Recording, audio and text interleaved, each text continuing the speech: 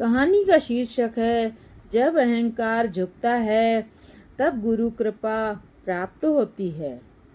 संत कबीर गांव के बाहर झोपड़ी बनाकर अपने पुत्र कमाल के साथ रहते थे। संत कबीर जी का रोज का नियम था नदी में स्नान करके गांव के सभी मंदिरों में जल चढ़ाकर दोपहर बाद भोजन में बैठते, शाम को देर से घर लौटते।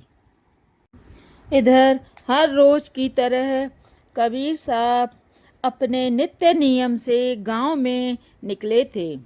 इधर पास के गांव के जमींदार का एक ही जवान लड़का था जो रात को अचानक मर गया। रात भर रोना धोना चला।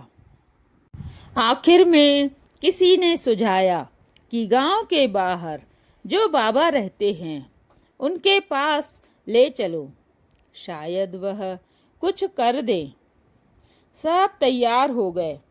लाश को लेकर पहुंचे कुटिया पर।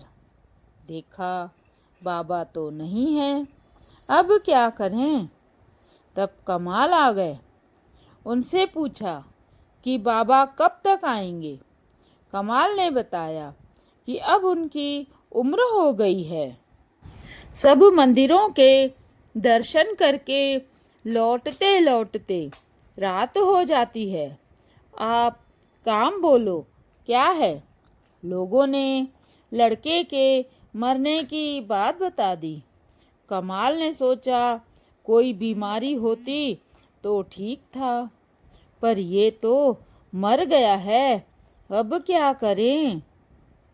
फिर भी सोचा लाओ कुछ करके देखते हैं, शायद बात बन जाए। कमाल ने कमंडल उठाया, लाश की 3 बार परिक्रमा की, फिर 3 बार गंगा जल का कमंडल से छींटे मारा और 3 बार राम नाम का उच्चारण किया। लड़का देखते ही देखते उठकर खड़ा हो गया। लोगों की खुशी की सीमा न रही। इधर कबीर जी को किसी ने बताया कि आपकी कुटिया की ओर गांव के जमींदार और सभी लोग गए हैं। कबीर जी झटकते कदमों से बढ़ने लगे। उन्हें रास्ते में ही लोग नाचते कूदते मिले। कबीर जी कुछ समझ नहीं पाए। आकर कमाल से पूछा, क्या बात हुई। तो कमाल तो कुछ और ही बताने लगा। बोला, गुरुजी, बहुत दिन से आप बोल रहे थे ना कि तीर्थ यात्रा पर जाना है, तो अब आप जाओ और यहाँ तो मैं सब संभाल लूंगा। कबीर जी ने पूछा, क्या संभाल लेगा। कमाल बोला, बस यही, मरे को जिंदा करना, बीमार को ठीक करना आदि। ये तो सब अब मैं ही कर लूंगा। अब आप तो यात्रा पर जाओ, जब तक आपकी इच्छा हो। कबीर ने मन ही मन सोचा, चेले को सिद्धि तो प्राप्त हो गई है, पर सिद्धि के साथ ही साथ इसे घमंड भी आ गया है। पहले तो इसका ही इलाज करना पड़ेगा, बाद में तीर्थ यात्रा होगी, क्योंकि साधक में घमंड आया तो साधना समाप्त हो जाती है। कबीर जी ने कहा, ठीक है, आने वाली पूर्णमासी को एक भजन का आयोजन करके फिर निकल जाऊंगा यात्रा पर। तब तक तुम आसपास के 2-4 संतों को मेरी चिट्ठी जाकर दे आओ। भजन में आने का निमंत्रण भी देना। कबीर जी ने चिट्ठी में लिखा था, कमाल भयो कपूत, कबीर को कुल गयो डूब। कमाल चिट्ठी लेकर गया एक संत के पास, उनको चिट्ठी दी।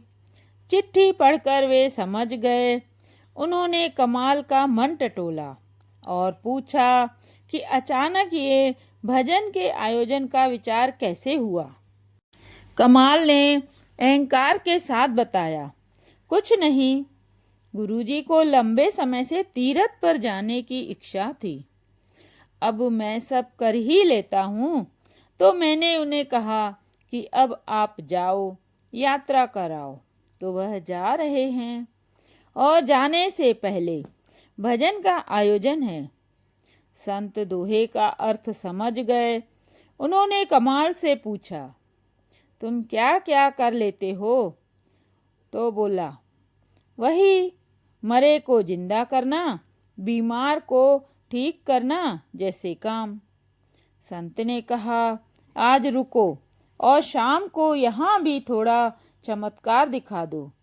उन्होंने गांव में खबर करा दी कि थोड़ी देर में 200-300 लोगों की लाइन लग गई। सब नाना प्रकार की बीमारी वाले थे। संत जी ने कमाल से कहा, चलो इन सब की बीमारी को ठीक कर दो। तो कमाल देख के चौंक गया, अरे इतने सारे लोग, इतने लोगों को कैसे ठीक करूं? यह तो मेरे बस का नहीं है। संत जी ने कहा, कोई बात नहीं, अब ये आए हैं तो निराश लौटाना ठीक नहीं, तुम बैठो। संत जी ने लोटे में जल लिया और राम नाम का एक बार उच्चारण करके छींट दिया। एक लाइन में खड़े सारे लोग ठीक हो गए। फिर दूसरी लाइन पर छींटा मारा, वे भी ठीक। बस 2 बार जल के छींटे मार के 2 बार राम बोला, सो सभी ठीक होके चले गए। संत जी ने कहा, अच्छी बात है कमाल, हम भजन में आएंगे। पास के गांव में एक सूरदास जी रहते हैं, उनको भी जाकर बुला लाओ। फिर सब इकट्ठे होकर चलते हैं भजन में। कमाल चल दिया सूरदास जी को बुलाने। सारे रास्ते सोचता रहा कि ये कैसे हुआ कि एक बार राम नाम कहते ही इतने सारे बीमार लोग ठीक हो गए। मैंने 3 बार प्रदक्षिणा की, 3 बार गंगा जल छिड़क कर 3 बार राम नाम लिया, तब जाकर बात बनी। यह सोचते सोचते सूरदास जी की कुटिया पर पहुंच गया। जाके सब बात बताई कि क्यों आना हुआ है। कमाल सुना ही रहा था कि इतने में सूरदास जी बोले, बेटा जल्दी से दौड़ के जा, टेकरी के पीछे नदी में कोई बहा जा रहा है, जल्दी से उसे बचा ले। कमाल दौड़ के गया। टेकरी पर से देखा, नदी में एक लड़का बहा आ रहा था। कमाल नदी में कूद गया और लड़के को बाहर निकालकर अपनी पीठ पर लाद कर कुटिया की तरफ चलने लगा। चलते चलते उसे विचार आया कि अरे सूरदास जी तो अंधे हैं, फिर उन्हें नदी और उसमें बहता लड़का कैसे दिखा? उसका दिमाग सुन्न हो गया था। लड़के को भूमि पर रखा तो देखा कि लड़का मर चुका था। सूरदास ने जल का छींटा मारा और बोला, रा। तब तक लड़का उठ के चल दिया। अब तो कमाल अचंभित कि अरे इन्होंने तो राम भी नहीं बोला, खाली रा बोलते ही लड़का जिंदा हो गया। तब कमाल ने वह चिट्ठी खोलकर खुद पढ़ी कि इसमें क्या लिखा है। जब उसने पढ़ा तो सब समझ में आ गया। वापस आकर कबीर जी से बोला, गुरुजी, संसार में एक से एक सिद्ध हैं, उनके आगे मैं कुछ नहीं हूँ। गुरुजी, आप तो यहीं रहिए, अभी मुझे जाकर भ्रमण करके बहुत कुछ सीखने समझने की ज़रूरत है। कथा का तात्पर्य यह है कि गुरु की कृपा से सिद्धियां मिलती हैं, उनका आशीर्वाद होता है तो साक्षात ईश्वर आपके साथ खड़े होते हैं। गुरु गुरु ही रहेंगे। वह शिष्य के मन के सारे भाव पढ़ लेते हैं और मार्गदर्शक बनकर उन्हें पतन से बचाते हैं। तो फिर मिलूंगी अगली प्रेरणादायक कहानी में। तब तक के लिए जय श्री कृष्णा।